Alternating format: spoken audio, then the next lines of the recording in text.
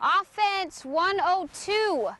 If you watched 101, you learned how to do a jump stop. It's very important. Out of a jump stop, we have what is called a jab step, okay? It's not the type of jab that you jab your brother or sister in the arm because they're annoying you. This is a jab step with your foot, okay? Out of a jump stop right here, 2 feet. When you land on 2 feet, you can either pick up your left foot or right foot. It doesn't matter as long as that's the only foot you pick up until you dribble. All right, right now with the ball, we're gonna jab step, okay?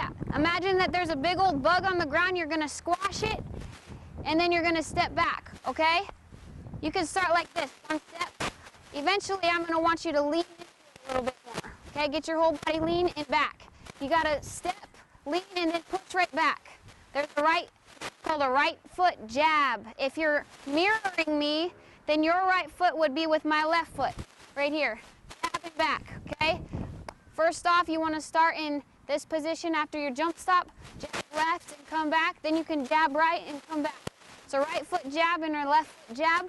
With a ball, if you're holding a ball right here in triple threat, the ball can either stay on your hip when you jab or it can come with you, but you got to rip that ball right back, okay? Jab and back.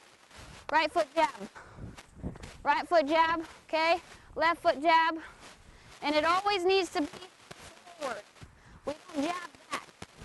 Even to the side, that's okay, but the most productive thing, the most beneficial thing as an offensive player is to jab forward into your defender's space. Go ahead and practice that. Make sure you're staying balanced and your eyes are up.